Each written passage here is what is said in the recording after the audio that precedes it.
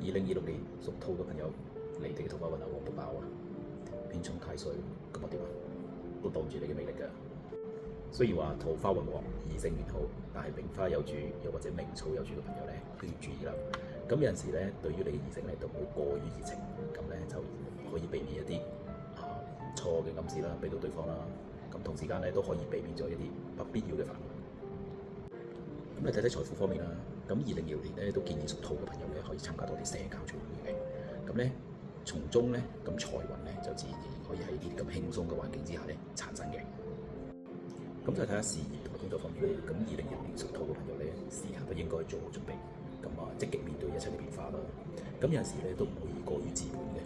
咁因為我哋始終相信咧，保持謙遜同埋有積極嘅進取心咧，先至係更勝人一籌嘅。